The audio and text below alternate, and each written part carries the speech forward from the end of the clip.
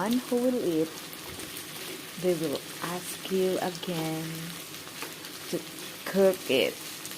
Isn't it? It's just a simple vegetables. I will mix white rice.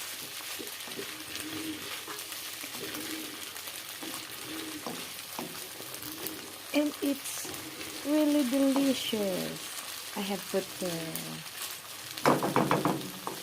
it's like our meatloaf for us.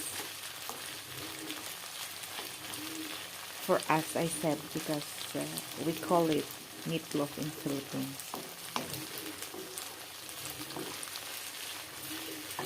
Then I have to put the white rice. Ayan, ito na siya. Mimix na natin.